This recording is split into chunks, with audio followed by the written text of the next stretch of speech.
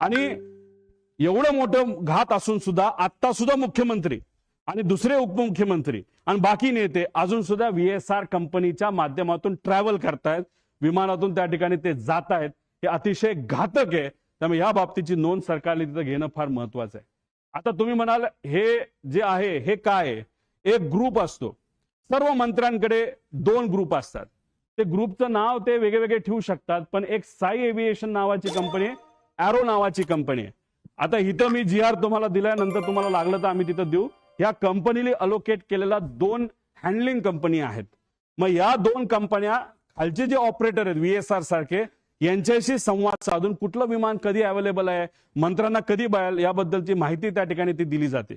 मग त्या ग्रुपमध्ये कोण असतं तर त्या मंत्र्यांचे सगळे PA, ऑफिशियल PA आणि जे कोणी प्रोग्राम बनवतात ते PA, ते अधिकारी त्या ग्रुपमध्ये असतात. आणि त्याच्याच बरोबर आपले जे संचालय आहे ह्याचं महाराष्ट्राचं विमानांचं तिथले ते डायरेक्टर आहेत, ऑफिशियल IAS अधिकारी नाही तर त्या लेवलचा एक अधिकारी त्या ग्रुपमध्ये असतो.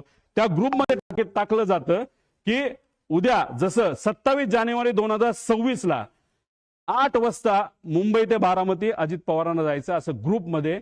आणि एरोचा टाइम होता 1 ते 15 हे साईसाठी होतं. 16 ते 31 तारखेपर्यंत एरोच्या ग्रुपमध्ये हा मेसेज टाकला. हे कोण क्रिस्टोफर नावाचा जो कुणी तिथला मॅनेजर आहे का ओनर आहे त्यांनी टाकलं नोटेड सर. तो झालं 7:13 आणि 7:14 संध्याकाळी. म्हणजे जे काही लोक म्हणतात दादा हे विमानाने जाणारच होते, हे प्री प्लॅन्ड होतं, असं अजिबात नाही. आदल्या दिवशी संध्याकाळी 27 तारखेला संध्याकाळी 7:13 वाजता ठरलं की अरे आता खूपच उशीर झालेला आहे, आता उद्या विमानाला गेल्याशिवाय गत्यंतर नाही.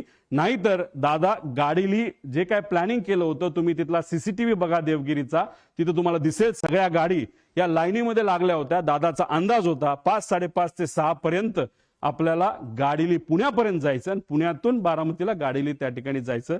तरी सुद्धा उशीर झाला म्हणून हा ग्रुपवर मेसेज टाकला आणि हे ग्रुप अशा पद्धतीने त्या ठिकाणी चालवले जातात. आता हे एरो नावाचा कंपनी कोणाची हे आपल्याला पुढे जाऊन बघावं लागेल. आता हे एरो कंपनी आहे, सरकारची विमाने बुक करण्यासाठी ही काम करते.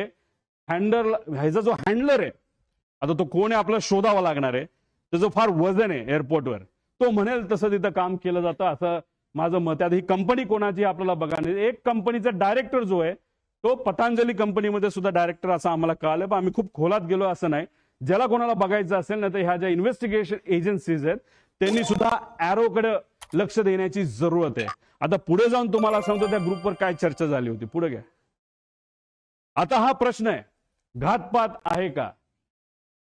मला सुद्धा शंका आहे की कदाचित हे घातपात असू शकतं का, तर हे पुढच्या काही स्लाइड्स मध्ये मी आपल्या सर्वांना सांगतो. आता याच्यामध्ये आम्ही जेव्हा हा रिसर्च करत होतो, चर्चा करत होतो,